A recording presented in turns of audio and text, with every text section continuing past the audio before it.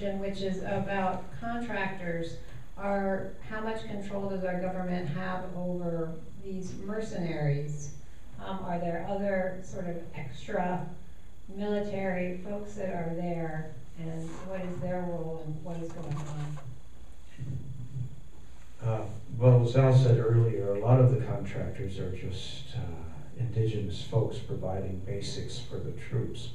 But there are also large contingents of security contractors that get enmeshed in the war. We have absolute control over them. We pay their bills. We pay them very extravagant salaries, and we can, cut that off at any point. So, in a sense, we have complete control over them if we're willing to send them home with no paycheck.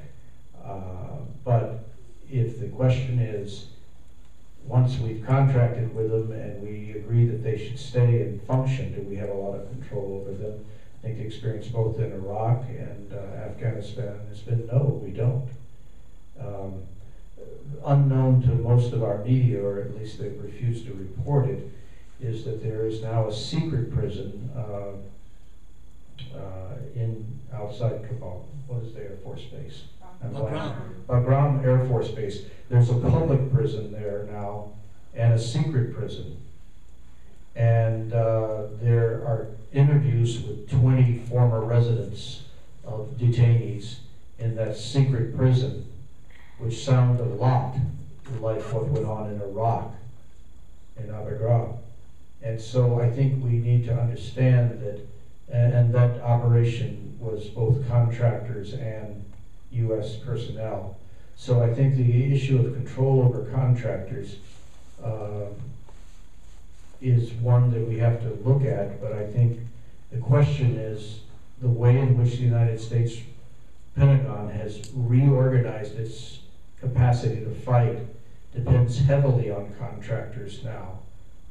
And that's a reality we're going to have to deal with, that when we shout troops out now, we have got to deal with the contractors, because if the troops are just replaced by contractors who have even perhaps a more open mandate, then we're in great trouble, because we've lost control of a major capacity, which is the civilian control of the military in this country.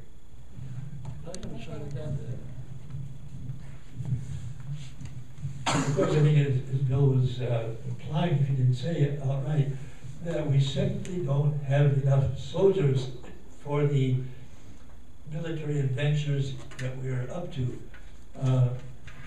In fact, as I mentioned earlier in the news, there are more contractors in Afghanistan than our soldiers, a lot of them being locals. But there seems to be a big change. Someone who'd been in a very different kind of army, where we did the soldiers were the cooks, and I remember cleaning several garbage cans and things of that sort, which I guess contractors do for us. But this is a real dilemma, because the contractors, for what, they get so much money, and they seem to be loose guns every once in a while. And I would think that the troops, but there must be a little bit of envy among the troops, because some of these contractors are doing the same kind of security and violence-prone activities. And of course, the contractors have very generous salaries, and although our troops are pretty well paid these days, they don't compare to the contractors.